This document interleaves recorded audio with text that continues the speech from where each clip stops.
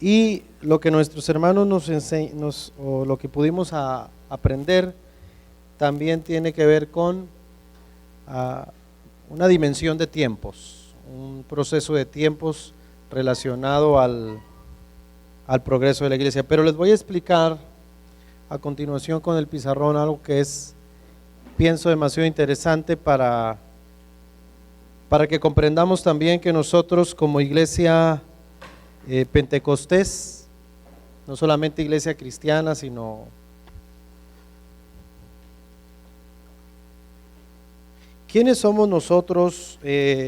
¿Cuál es nuestra creencia con respecto a los acontecimientos de los últimos tiempos? Bueno, hay un nombre que quiero que ustedes se aprendan. Nosotros somos dispensacionalistas.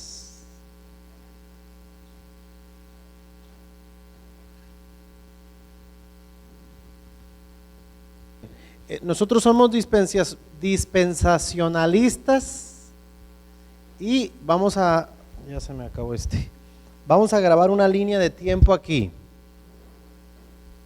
para que ustedes puedan comprender de lo que voy a hablar. ¿Ok? ¿Qué significa ser dispensacionalista o hablar de dispensaciones? Cuando hablamos de dispensaciones, hablamos de tiempos. Dios todo lo hace por etapas. Por ejemplo, en la creación hizo algo el primer día, luego hizo algo el segundo día y así sucesivamente. Todo lo va haciendo en procesos. Luego primera etapa, segunda etapa. Eso es ser un dispensacionalista, es entender que Dios es un Dios de tiempo, de espacios y de etapas, y que no amontona todo. Dios no tiene en su naturaleza hacer todo al mismo tiempo. Dios todo lo va respetando por etapas. Y es muy importante esto, porque a lo mejor, aunque es la primera vez que tú lo escuchas, lo voy a explicar de la manera que lo expliqué también de la otra manera cuando hablábamos de la creación, recuerdan la caída y luego Noé y así. Bueno, la dispensación. Hay unas dispensaciones que nosotros tenemos que entender. La primera dispensación se le conoce como la dispensación de la inocencia. Y esa está representada en Adán. Esa es la primera dispensación. ¿Y por qué en Adán? Porque en el huerto, en esa primera etapa de la humanidad, ¿cuántos mandamientos había en el huerto del Edén? Uno, ¿cuál? No comer. Y además el tipo de vestuario de esa etapa del ser humano era como Dios se trajo al mundo, ¿no? Entonces esa es una etapa. ¿Por qué? Porque hoy no podemos andar desnudos. ¿Por qué? Porque estamos en otra. Ok, entonces esa etapa se le llama la etapa de la inocencia y se le conoce en relación a Adán. Eso les va a gustar mucho, está muy interesante. Luego vamos a una segunda etapa del ser humano, o una segunda dispensación, que es la etapa de la conciencia.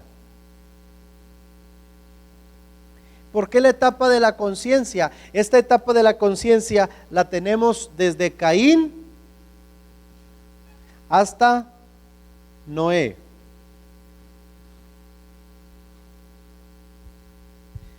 ¿Se dan cuenta? Ya no es la misma etapa. ¿Por qué? Porque Adán era inocente, pero Caín era consciente de lo que hacía, porque sabía el bien y el mal. Adán al inicio no lo sabía. Entonces, esta es otra dispensación, todo este tiempo.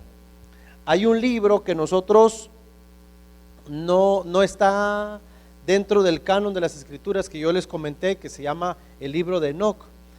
Ahí donde habla Enoc cuando una clase de ángeles, no una clase de ángeles, un grupo de ángeles vino a la tierra, tuvo relaciones sexuales con los hijos de los hombres y nacieron gigantes, y la Biblia lo registra, ¿verdad? Y se hace una perversión total. Esa es la razón por la cual a lo mejor alguien puede decir, cuando tú lees Génesis 6 y dices, y vio Dios que la maldad de los hombres era tan perversa. no era que el ser humano se hubiera depravado, estaba depravado porque se había contaminado con toda brujería y con todos los elementos. Por eso Dios decidió matarlos a todos. O sea, el diluvio representa el primer juicio y castigo de Dios para toda la humanidad, pero había características que, conociendo un poquito más la historia, te das cuenta que Dios tenía que destruir a todos, porque ya era una contaminación entre espíritus y humanos, entre ángeles y materia, y gigantes, depravación, brujería, bueno, era un relajo, y Dios dijo, van todos, pero reservó a una familia, es la familia de Noé. Esta es la etapa de la conciencia, o la dispensación que nosotros conocemos, o que les estoy explicando como la dispensación de la conciencia. Cuando Noé ya aparece en el nuevo orden mundial, que son 8 personas, viene otra dispensación del tiempo, y aquí es donde se establecen los gobiernos humanos, que tiene que ver con el establecimiento de las naciones, porque fue ahí donde la Torre de Babel, Dios confunde a los seres humanos y cada quien de su propio idioma crean su propia nación. Entonces esa es la tercera dispensación, es la de los gobiernos humanos. ¿Sí me estoy explicando, hermanos? Es la etapa de las naciones, cuando se crean todas las naciones del mundo por la Torre de Babel. Es una nueva dispensación. Ahora el ser humano no habla el mismo idioma. Hay miles de seres humanos hablando diferentes idiomas, y cada idioma representará una propia nación. Entonces, de la inocencia pasamos a la conciencia, de la etapa o de la dispensación de la conciencia de Caín, entramos a la dispensación de la organización de las naciones. Y de aquí viene un dato muy interesante, porque voy a poner miren como los que alcanzan a ver, ahorita le pueden tomar foto, como una cobija, así como una cobertura. Y aquí arribita voy a poner la palabra promesa. Conocemos todos a un personaje llamado Abraham, que Dios le prometió a él una nación. ¿Ok? Cuando Dios le promete a Abraham una nación, le dejaré de ti una nación, y viene todo el proceso, como ya sabemos, nomás recuérdenme, es Abraham, y luego Isaac, y luego Jacob, y luego los 12 patriarcas, y de ahí los 12 patriarcas se convierten en una multitud después de 420 años, recuerden, y ahí nace Moisés. Y entonces aquí entra la cuarta dispensación. ¿Cuál creen que es?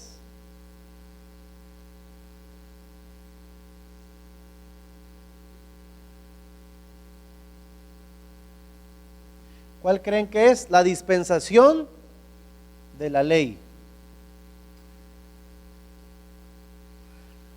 establecida en Moisés. Ojo a lo que estoy hablando, porque esto es muy interesante. Todo esto es para llegar a Apocalipsis, ¿ok? ¿Cuál es la dispensación de la ley? Se establece la ley y nadie puede ser salvo si no es a través de ser judío o de convertirte en un judío. Por eso Ruth,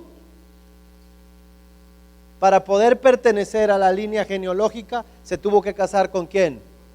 Con vos. Ahí consiguió papeles, sacó visa. Entonces, Dios, cualquier otra gente, estamos hablando de la dispensación de la ley. En el tiempo de la ley, Dios no iba a tratar con ningún ser humano si no fuera a través de la nación de Israel. Tendría que venir a través de Israel, pero esa es una dispensación, un tiempo determinado.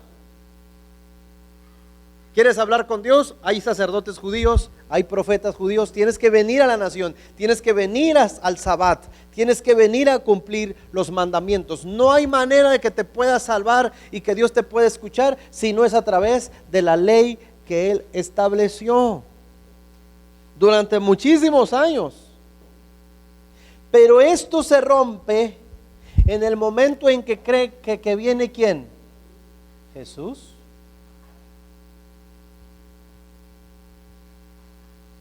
Que le vamos a poner aquí Cristo. Número 1, la venida de Cristo. Cuando Cristo viene, quiero que notemos algo. Dios le va a poner, aquí le voy a poner entre paréntesis una pausa. Cuando viene Jesús, le pone una pausa a los judíos.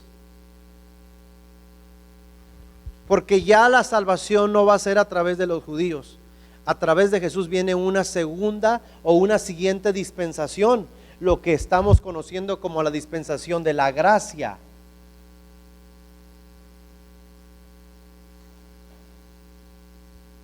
Y ya no es a través de los judíos, ahora es a través de la iglesia. Ahora es al revés. Ya la salvación no viene, no puede ser a través de los judíos. ¿Por qué? Porque ellos mataron al Mesías y ellos no lo reconocen. Si un judío quiere encontrar la gracia y el favor de Dios, lo tiene que hacer a través de la iglesia y a través del nombre de Jesús. Porque dice la Biblia, no hay otro nombre dado a los hombres en que podamos ser salvos. Solo la salvación en este momento es a través de Cristo por medio de la iglesia. No por ir a Jerusalén, ni aprender hebreo, ni griego, ni hacerte un cristiano mesiánico. Eso es retroceder. Los cristianos mesiánicos son los que quieren agarrar cosas de la iglesia y combinarlas con los judíos. Sacar todos los ritos judíos. No, ya no funciona. La ley ya no funciona. Ahora estamos en la dispensación de la gracia. Esa es una etapa. Estamos en esa etapa. Aquí entra lo interesante. ¿Cuándo se termina esta etapa? Mande. Cuando viene Jesús, que ahorita lo voy a explicar, en la venida de Jesús, en la Cristo, segunda venida, en el regreso de Jesús, donde inicia una segunda etapa. Pero en la venida de Cristo, ahorita voy a tener que borrar eso. Ahora noten porque esto es muy interesante. Estamos en la dispensación de la gracia, pero también se va a acabar la gracia.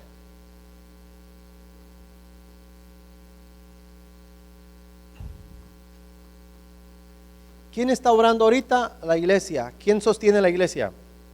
El Espíritu Santo. Cuando venga el rapto de la iglesia, no la venida, el rapto, por eso somos dispensacionalistas. Cuando venga el rapto de la iglesia, va a ser arrebatada la iglesia. Vamos a ir a los textos ahorita. Cristo viene por la iglesia. ¿Y quién más se va de la tierra? El Espíritu Santo se va. Por eso dice la Biblia que ahorita está operando el espíritu del anticristo, pero de manera silenciosa, porque no se puede manifestar el espíritu del anticristo, porque hay otro que lo detiene. ¿Quién lo detiene? El Espíritu Santo. Cuando la iglesia sea arrebatada, ya no tiene razón de estar el Espíritu Santo. Se va a ir el Espíritu Santo y va a quedar el mundo sin la presencia del Espíritu Santo, para que obre el espíritu del anticristo y se establezca el anticristo, la bestia, el falso profeta, y se cumpla el Apocalipsis. ¿Ok? Entonces quiero que pienses algo.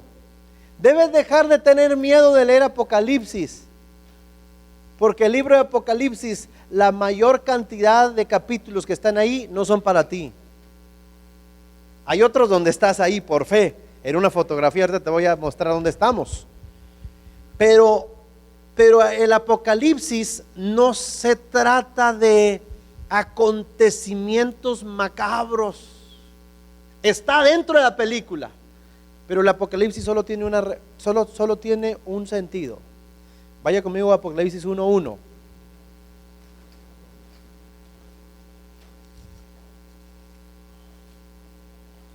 Apocalipsis 1:1, ¿qué dice?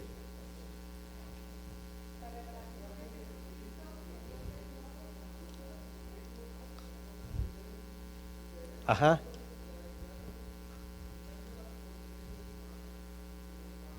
Muy bien. Una pregunta, ¿ya puedo borrar eso, más o menos?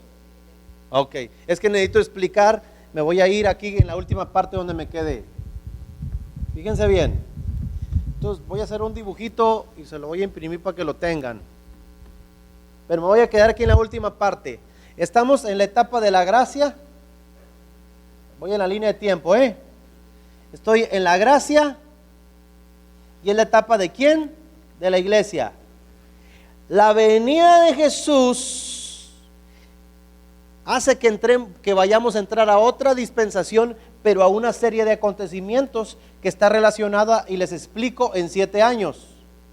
Va a pasar 7 años y luego viene lo que se le conoce la otra dispensación que todavía no existe, que se llama milenio. Después del milenio, que va a ser suelto Satanás, después de 1000 años, viene la etapa total de la eternidad.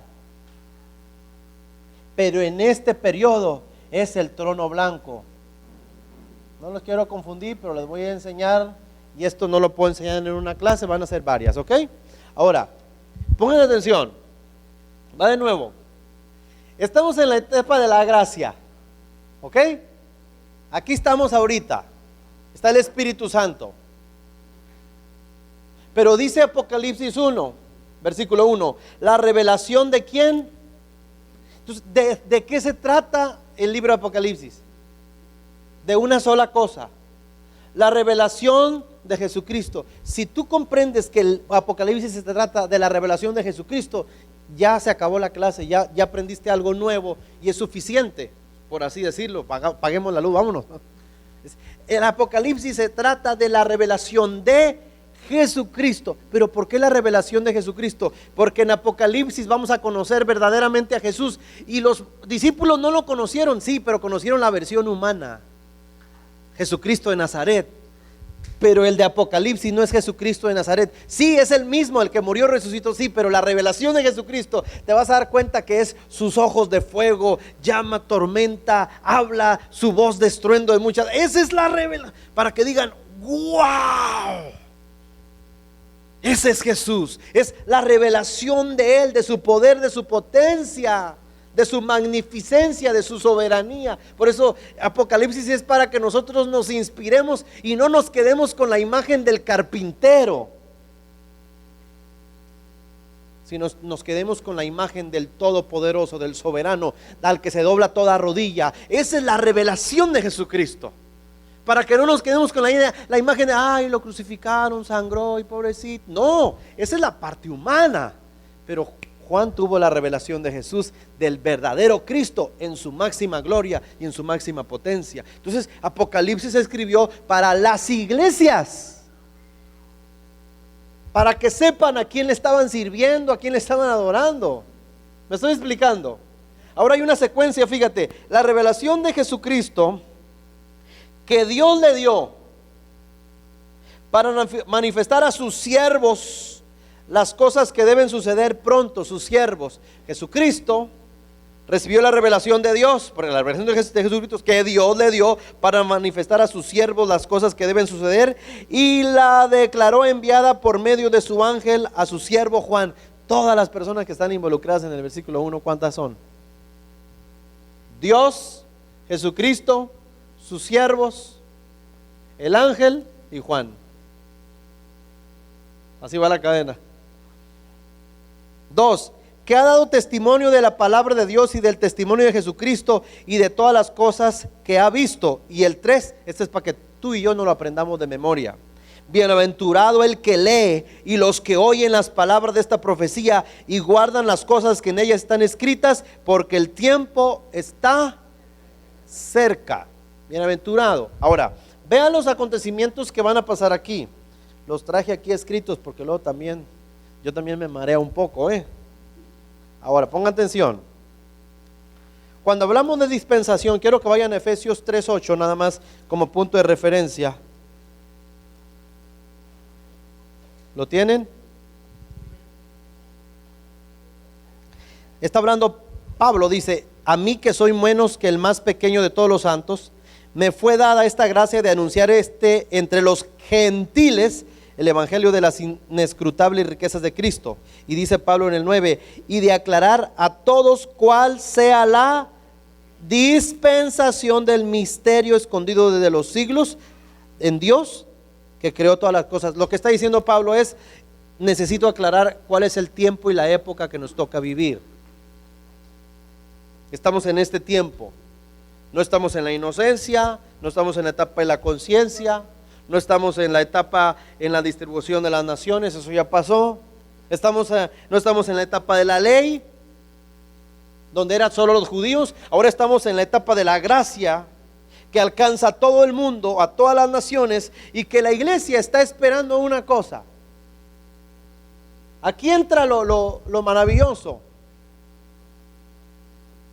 La iglesia, dije la iglesia, estamos en la gracia. ¿Cuándo se acaba la época de la gracia? Cuando viene algo que se llama rapto.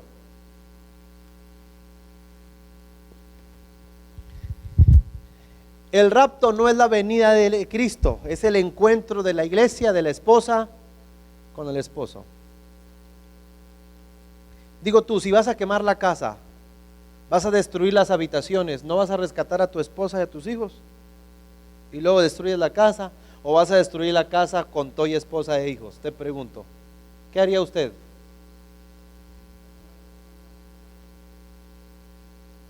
El acontecimiento que viene en Apocalipsis de todos los trompetas, sellos y lo que hay, no es para la iglesia. Para entonces la esposa y los hijos están en las bodas del Cordero. No sé si me estoy explicando. Tócalo, Señor. Entonces, en este aspecto del rapto, mis hermanos, hay algunos versículos que yo quiero, un versículo sobre todo, vaya conmigo a Primera de Tesalonicenses.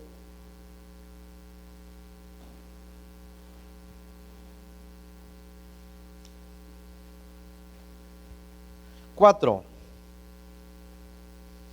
¿Qué es lo que va a acabar la dispensación de la gracia? Primera de Tesalonicenses 4, versículo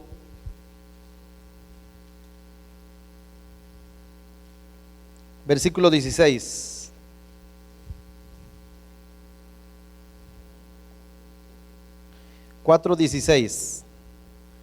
Primera de Tesalonicenses 4:16. ¿Lo tienen? Porque el Señor mismo, está hablando de Jesús, ¿qué dice? Con voz de mando, con voz de arcángel y con trompeta de Dios, ¿qué va a hacer? Del cielo. ¿Y qué va a suceder cuando Él descienda del cielo?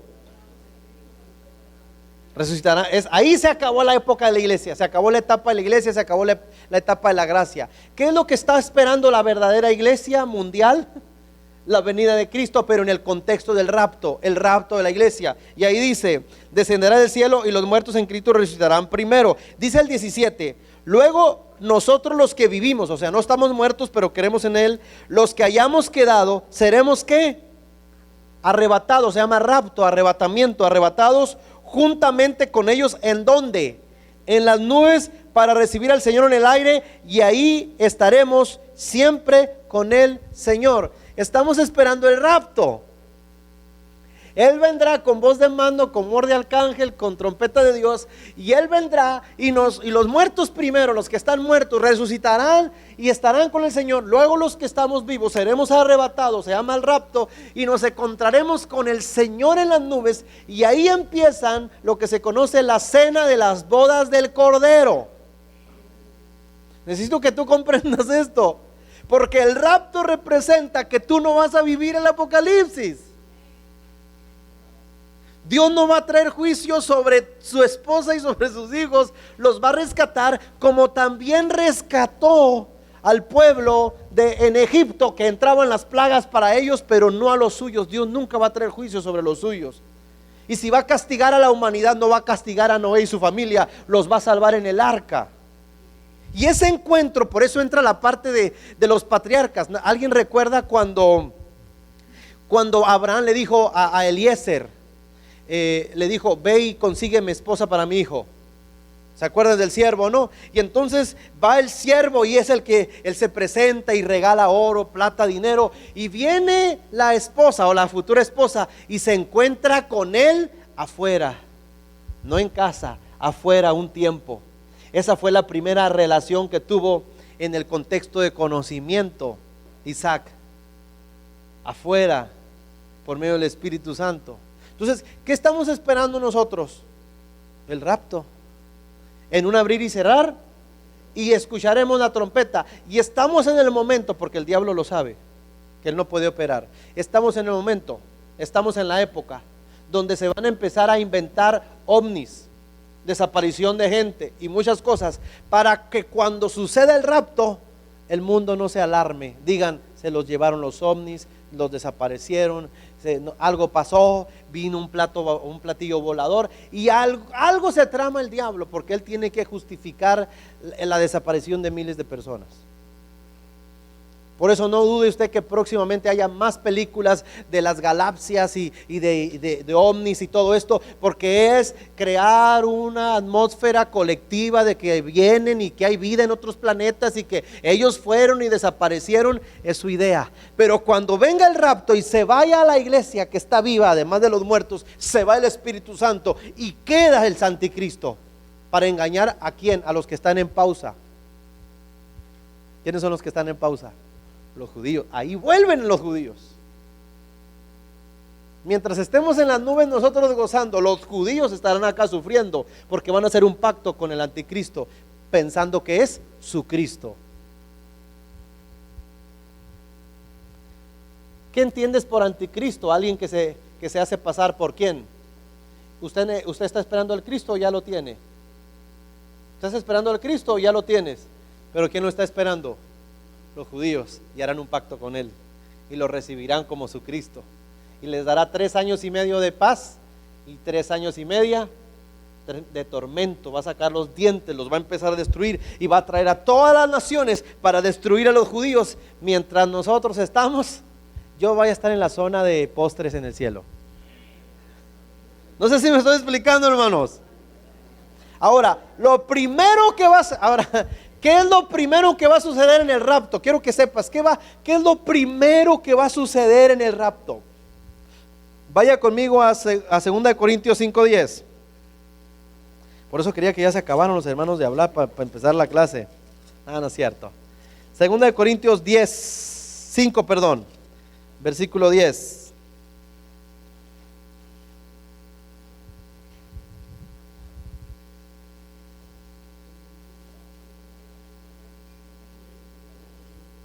Segunda de Corintios 5:10 dice así: porque es necesario que todos nosotros, está hablándole a la iglesia, comparezcamos ante el tribunal de ¿quién? De Cristo, para que cada uno reciba según lo que haya hecho. ¿Qué más? Estaba en el cuerpo, sea bueno o sea malo. Ahora, miren lo que va a suceder. Si alguien me encuentra el texto donde nuestras obras van a ser pasadas por el fuego, se los agradeceré para explicar. Dice un texto que va a ser nuestras obras pasadas por el fuego. Pongan atención, cuando sea el rapto y cuando seamos arrebatados en las bodas del Cordero, lo primero que va a suceder es el trono de Cristo, que es el tribunal de Cristo. ¿Qué se entiende por el tribunal de Cristo? Un lugar donde ya estás salvo. O sea, el rapto si ya te fuiste en el rapto, ya eres salvo. Pero aunque seas salvo, necesito que me encuentren el texto para concluir. ¿Ya lo tienen? Dice que nuestras obras van a ser pasadas por el fuego, y si alguna se quemare y si alguna permaneciere, porque es la parte que necesitamos comprobar con este texto. ¿No? ¿Qué Biblia leen ustedes, pues, hermanos?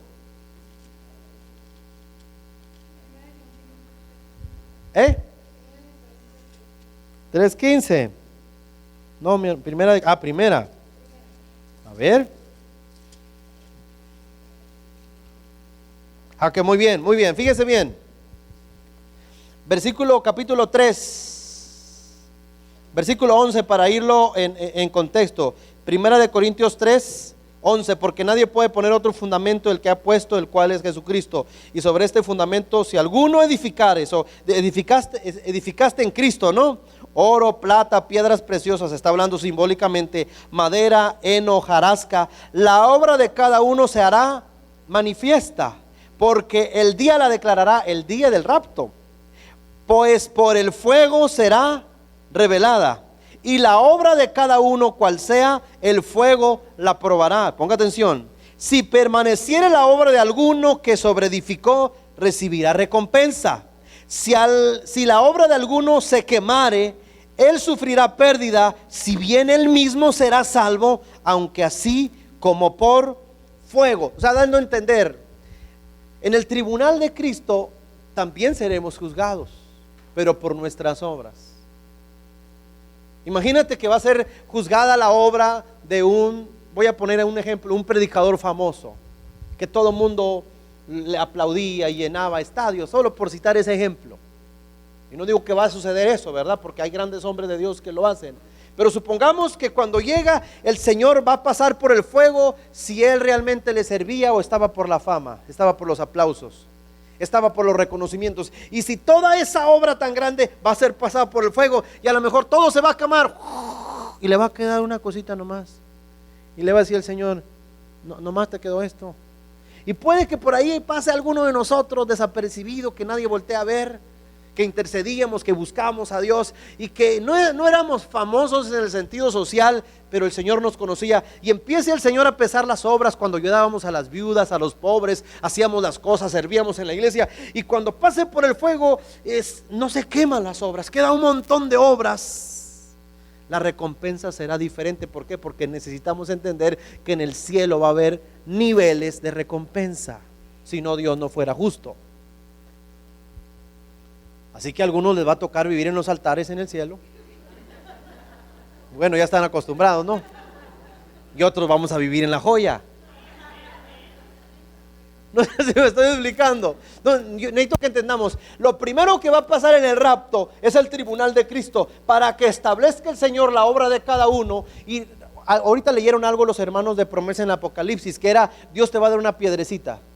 Correcto, es correcto. Ahí vienen las recompensas y las casas que Dios te va a dar. O sea, vas a vivir aquí y viene la piedrecita. Eso yo me lo estoy aventando, me estoy arriesgando lo que voy a decir. A lo mejor el pastor fumó algo, no, pero es lo que yo trato de interpretar. Me puedo equivocar, por supuesto, porque esto no es lo que dice que cuando te da la piedrecita, pero dice que nadie sabe el nombre de la piedrita, solo el que la tiene. Para mí, esa piedrecita cuando la agarres, va a decir cuál es la posición en donde toca sentarte en la mesa, dónde te toca en la silla, y si vas a estar más cerca del Señor o más lejos de Él.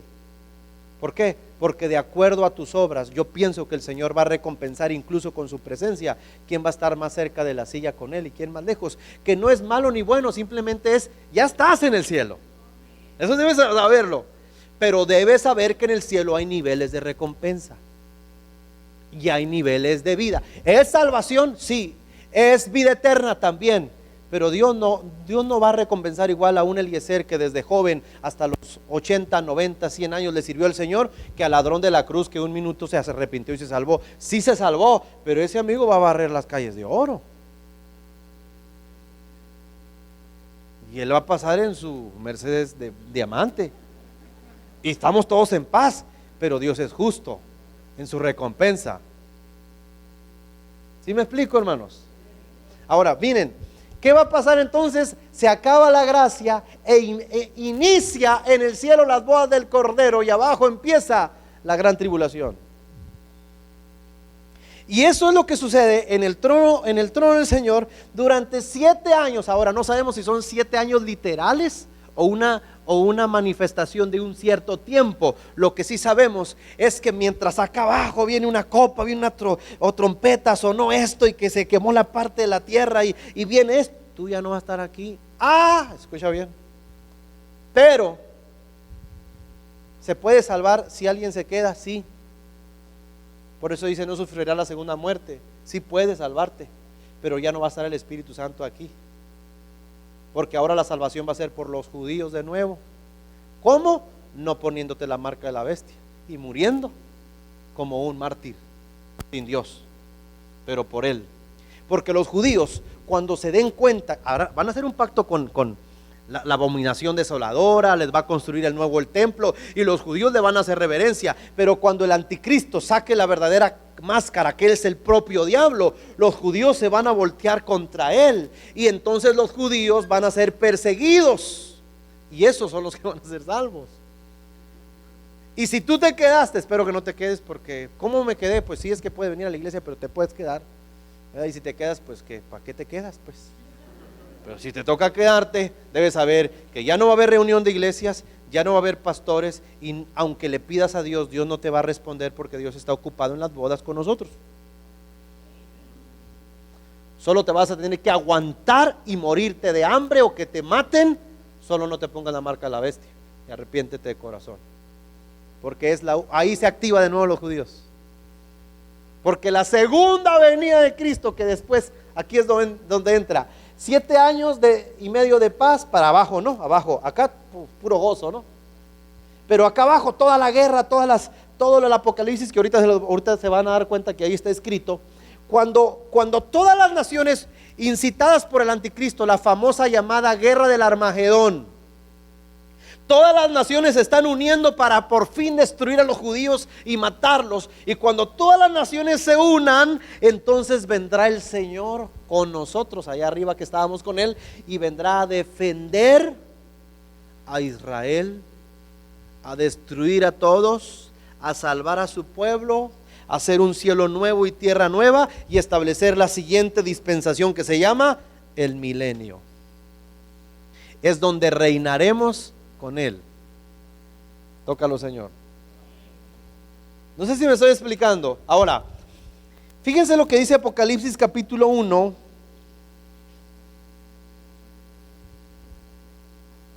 Apocalipsis 1 de nuevo.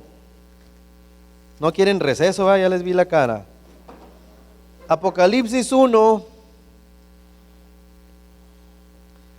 versículo 19. De eso se trata el Apocalipsis. Apocalipsis 1, 19.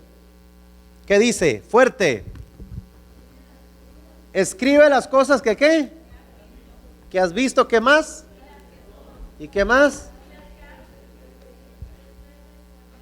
Línea de tiempo. El Apocalipsis solo se divide en 3 partes. Solo en 3 partes. Le dice, escribe las cosas que has visto. Capítulo 1. Es lo que has visto. La revelación de Jesucristo. Número 2. Las cosas que son. Entonces, has visto. Las cosas que son. Capítulo 2 y 3. Que ya hablaron los hermanos de las iglesias. Las 7 iglesias. Capítulo 2 y 3. Y las cosas que han de suceder, de que, ¿cómo dice? 19. Y las cosas después de estas. Tercera etapa, del capítulo 4 al 22. Ya no está la iglesia ahí. Por eso nunca vas a escuchar la iglesia en el 4 al 22. Cuando aparece la iglesia en el capítulo 4 o al 22, ya la iglesia está en el cielo, con los 24 ancianos en la adoración celestial. Eso es algo que el apóstol vio, pero todavía no sucede. Eso de que los 24 ancianos, no creas que se está repitiendo y vuelven a tirar las coronas. No ha pasado. Va a pasar. Él las vio, las cosas que van a suceder.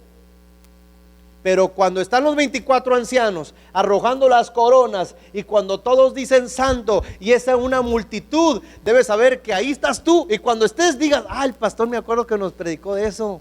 Aquí estaba yo, aquí estoy ahorita, mira. No ha sucedido, ¿ok? Las cosas que has visto, las cosas que son y las que han de suceder. Capítulo 1, las cosas que has visto. Está viendo Jesús. Ahora, hay algo que Juan escribió y que me llama mucho la atención de las cosas que él ha visto. Vaya conmigo a Juan, el primera de Juan, primera carta de Juan, atrasito de Apocalipsis. Fíjense cómo se dirige el apóstol Juan, primera carta de Juan. Yo tengo una sospecha con esto. Primera carta de Juan. capítulo 1, versículo 1. Fíjate lo que dice. Juan 1:1, carta de Juan, primera carta. Lo que era desde el principio, pon atención, lo que hemos oído, lo que hemos ¿qué?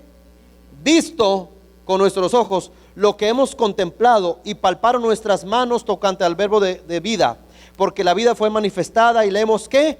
Visto, y testificamos y anunciamos la vida eterna, la cual estaba con el Padre y se manifestó y se nos manifestó. De nuevo dice el 3, lo que hemos visto y oído, esto anunciamos.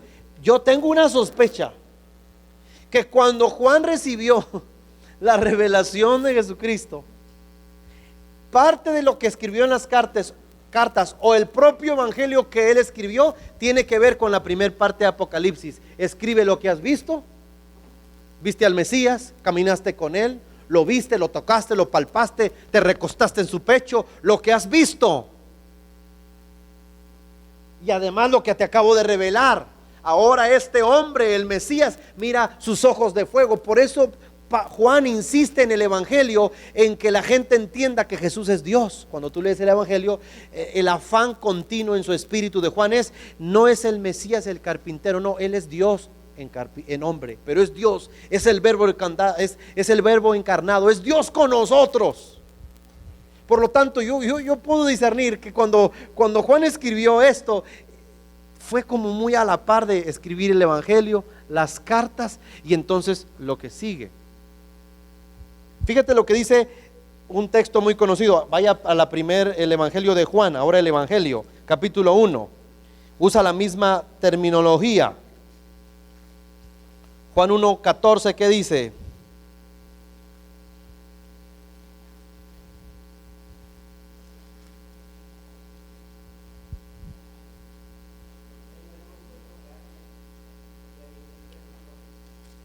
Ajá, ¿y qué más?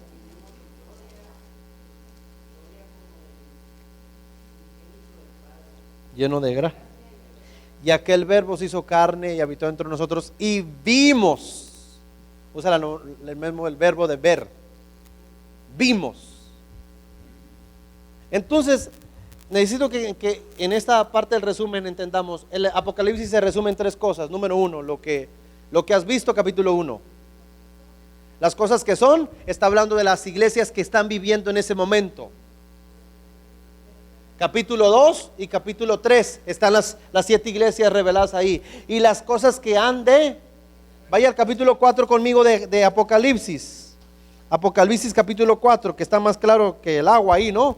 Dice 4:1, después de esto miré y he aquí una puerta abierta en el cielo, y la primer voz que oí como de trompeta hablando conmigo dijo: sube acá y yo te mostraré las cosas que sucederán después de estas. A partir del capítulo 4, ya el apóstol va a empezar a escribir cosas que van a suceder donde ya no está la iglesia, y si llega a estar, ya está en el cielo, donde él mismo está. Fíjate lo que dice: sube acá. Si le dice sube acá, es porque todo lo que escribió lo escribió en la tierra.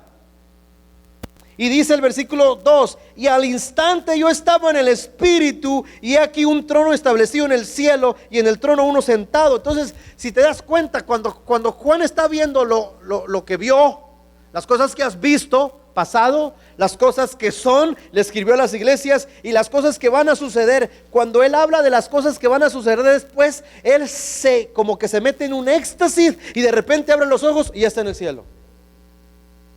Y todo lo que va a escribir a partir del capítulo 4 tiene que ver con cosas que van a suceder en el cielo y en la tierra,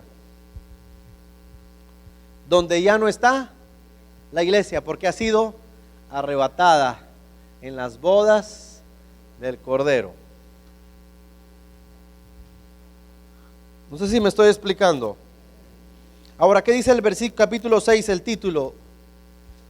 Ok, aquí necesito también que ustedes les quede nada más, que no tengan problemas con esta cuestión de los sellos. Son 7 sellos. ¿Cuántos sellos son? 7. Ok, los primeros 4 sellos se revelan con 4 caballos. un caballo blanco como aparentando la paz, ahí donde entra el anticristo, que él viene a traer paz al mundo y no. ¿Ve? Caballo blanco, el primer sello. Caballo rojo, bermejo, de guerra, sangre, segundo sello. Caballo negro, tercer sello. Caballo amarillo, enfermedades, cuarto sello. Ahora quiero que veas, se están abriendo los sellos de un libro. Entonces el sello 1, un caballo, sello 2. Cuando llega el séptimo sello, lo que revela el séptimo sello no es un acontecimiento. Se abre el séptimo sello para revelar que hay 7 trompetas. O sea, en el séptimo sello, cuando cuando tú lees Apocalipsis, abres el séptimo, bueno, no lo abres, no, pero cuando tú ves que se abre el séptimo sello no dice nada. El séptimo sello hace que se vean 7 trompetas. Y empieza cada trompeta, y cuando termina la séptima trompeta abre 7 copas. ¿Se me explico? Y todos estos acontecimientos son destrucción y maldición sobre la tierra. No va, desde mi punto de vista, no van a acontecer en momentos distintos. Son los acontecimientos de diferente cámara, ángulo. Porque si en los primeros sellos ya se murió la mitad de la población, y en el segundo se volvió a morir la mitad de la población, y en la copa de ira también se murieron, pues ¿cuántos van a tener que resucitarlos y volverlos a matar? Son acontecimientos a la par. Se quema la naturaleza, el agua se convierte en sangre, hay granizos, hay un terremoto como nunca visto, y la gente dice, ay, lee el Apocalipsis y le da miedo, piensa que va a estar aquí, si usted ya no le va a tocar. Bueno, eso espero. Ya no te va a tocar. Nos va a tocar regresar en el milenio y reinar en el milenio. Reinaremos, porque el Señor va a hacer un cielo nuevo y tierra nueva, porque la tierra que había fue destruida por las plagas, la trompeta. Entonces hace un cielo nuevo y tierra nueva, y establece a la población de todas partes, y algunos reinaremos con el Señor en diferentes, y será la tierra normal, hermanos. Pero no habrá llanto, no habrá tristeza en esta primera etapa de la tierra. Dice que el león va a jugar con el cordero, los suegros se van a llevar con las nueras, todo va a estar tranquilo, ya no habrá muerte, no habrá destrucción durante 1000 años, porque para esto es muy importante que la segunda venida de Cristo, entendamos, la segunda venida de Cristo ya viene con nosotros, o nosotros venimos con Él más bien. Venimos con Jesús, aparecerá con sus siervos, con sus ángeles. Venimos con Jesús a traer juicio a las naciones, y el Señor hace cielo nuevo y tierra nueva, porque la tierra ya estaba destruida, cielo nuevo y tierra nueva, y aquí nos quedamos porque el Señor nos va a poner a reinar con Él. Para eso van a suceder 2 cosas, ya para ir terminando en esta parte. Vaya conmigo a Apocalipsis capítulo 20.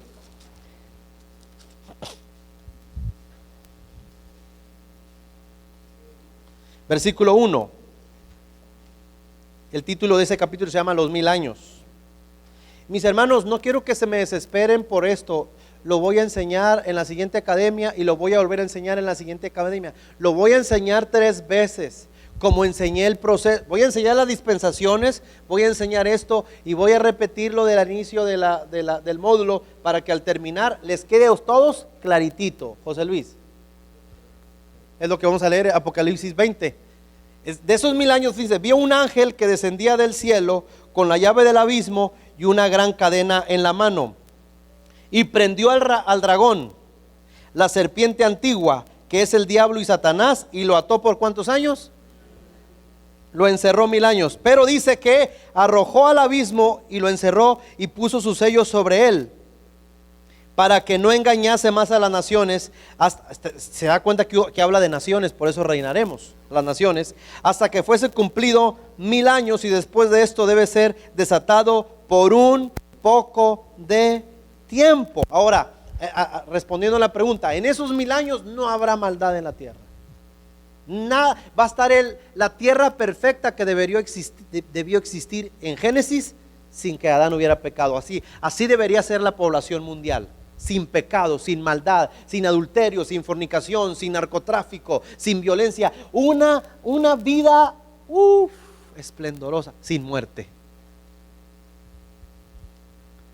Pero los que nazcan, escuche bien, pero oye, va a tener hijos, pues ahí es lo que se da a entender. Va a haber nueva de los de la segunda muerte, que es, no me pregunten mucho porque ni yo sé. Estoy igual de confundido que ustedes. Pues no todo lo tengo resuelto.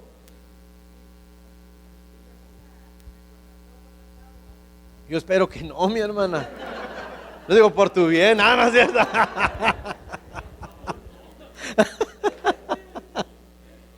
Ya sería un infierno eso, ¿no crees? Sí, vamos a comer. Mire, vamos a comer sin enfermedad. No habrá doa. Cada quien habla de sus.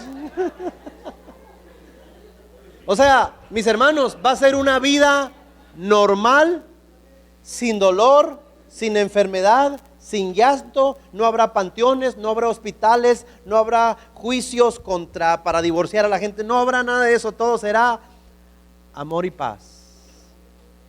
Las naciones. Y viviremos 1000 años. Iván, ¿piensas que quieres que haya intercambio de pareja allá arriba? ¿Cómo está la cosa? La vida del milenio no sabemos si va a ser normal como la que vivimos ahorita, porque nuestros cuerpos ya van a ser glorificados y transformados. No saben, por eso ni yo sé. Pero esperando que llegue, no es cierto.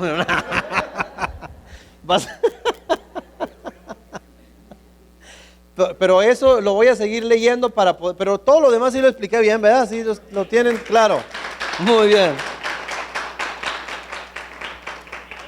Ahora, mis hermanos, en esta parte del milenio también viene la otra parte que viene la eternidad de eternidades, que es cuando llega la Nueva Jerusalén. Ahora, ¿qué pasa con la Nueva Jerusalén? Que ya es la última etapa de la eternidad, para nosotros que conocemos, ¿no? Que la Nueva Jerusalén es un cubo, tiene todos los lados iguales. Y es donde viviremos, ahora sí que ya no el milenio, sino por los siglos de los siglos, y Dios será nuestro sol de justicia. Cuando tú lees el último capítulo de Apocalipsis te gozas. Pero resulta que la Nueva Jerusalén no está en el cielo. Va a bajar del cielo a la tierra. O sea, seguiremos en la tierra, pero de una forma gloriosa. ¿Qué sigue de ahí? No sé. Pero lo que sí sé es que si usted llegó al rapto, no le hace que le quemen todas las obras. Ya llegó, hermano. Pero haga las obras buenas, de corazón. De veras, mi hermano, en el trono de Cristo o en el tribunal de Cristo va a ser probado hasta cuando ofrendabas. A ver si lo hacías de corazón. Porque todo tiene recompensa. ¿Qué va a haber en el cielo? Se va a decir, la hermana Carla le dio un vaso de agua a tal pastor o a tal evangelista, y se va a probar si le dio un vaso de agua de corazón, porque incluso un vaso de agua en el cielo tiene recompensa. O sea, que hagamos todo de corazón. Toca los Espíritu Santo. Obviamente vas a vivir el milenio cuando Satanás sea soltado de ahí. A ti te va a hacer los mandados, lo que el viento a Juárez, porque no es contra ti. Tú no sufrirás de la segunda muerte. ¿De qué se trata? Porque aquí habrá una segunda muerte al ser soltado Satanás. ¿Para qué? Es el último filtro de la última esperanza de los últimos que no han sido probados. Ahí serán probados. Por eso Satanás será soltado los 1000 años. Hasta los 1000 años, repito. Mientras tanto va a haber un tiempo de mucha paz, 1000 años. Pero cuando Satanás sea soltado, no va a tentar a los que ya tentó en esta vida, pues ya no sufriremos la segunda muerte, pues ya no es contra nosotros, es contra otro grupo que se va a desarrollar aquí. Es donde yo todavía no lo entiendo mucho, tengo mis dudas, pero es lo que la palabra nos muestra, pues será Satanás suelto, pero no sufriremos la segunda muerte. Es donde dice, ¿qué sigue del milenio? Cuando se acaba ya Satanás viene aquí lo que se conoce como el trono blanco. ¿Qué es el trono blanco? El juicio contra todas las personas, todo ser humano, excepto la iglesia, que ya fue en el tribunal de Cristo. O si mi hermano, si tú estás haciendo fila para el trono blanco, ya estás bien perdido. Nomás quiero que sepas. Si estás haciendo fila para el tribunal de Cristo, estás bien salvado. Pero si a ti te toca el trono blanco, si tú crees que te toca, porque dice, fueron abiertos los libros y fueron juzgados los grandes y pequeños por todo lo que estaba en el libro, y el que no fue hallado inscrito en el libro de la vida pero es que no van a estar inscritos, pues todos estos salen del infierno a ser juzgados para mandarlos al lago de fuego. Y al lago de fuego es enviado el falso profeta, la bestia, y ahí sí es Satanás, al final. Y después de esto, del trono blanco, es lo que yo les comento, eso es lo que vamos a ver la próxima clase. Después de esto viene el estado de eternidad, que es la nueva Jerusalén que baja vestida como una novia, y reinaremos por los siglos, y ya no sabemos qué va a pasar. Pero ahora sí, Satanás destruido para siempre, se acabó la maldad, se acabó la obra, o por lo menos dijo Jesús, el cielo y la tierra pasará, pero mi palabra se va a cumplir. Cada palabra, cada frase, cada coma, cada acento de esta escritura se va a cumplir. Y cuando se cumpla, ¿qué sigue? Nadie lo sabe, pero lo único que sabemos es que estaremos con el Señor para siempre. ¿Cuál es el propósito que el Padre tiene para con nosotros? Dijo un gran teólogo que nos dejó pensando. Cuando estudian el universo, ustedes, los que han visto algún video del universo, que ven las galaxias, la distancia de la Tierra, cómo es la nada en la nada de la nada, dijo, las 100 ovejas, se descarrió una, el pastor fue por ella, la rescató y la regresó al redil. Y él dijo, el teólogo, eran 100 millones de planetas habitables. La Tierra se descarrió, vino por ella, murió por ella, resucitó por ella y la regresó al redil. Yo dudo, no tengo pruebas, pero dudo que seamos el único planeta habitable. Lo dudo. Es demasiado grande Dios. ¿Qué cosas hay más allá? No lo sé, pero lo único que sé es que tenemos garantizada la eternidad por la sangre del Cordero Jesús, y que estamos debemos aprovechar al máximo que estamos en la dispensación de la gracia. Deje de ser necio, deje de ser un pecador compulsivo, deje de vivir en tibieza, entréguese a Cristo. Vale más la eternidad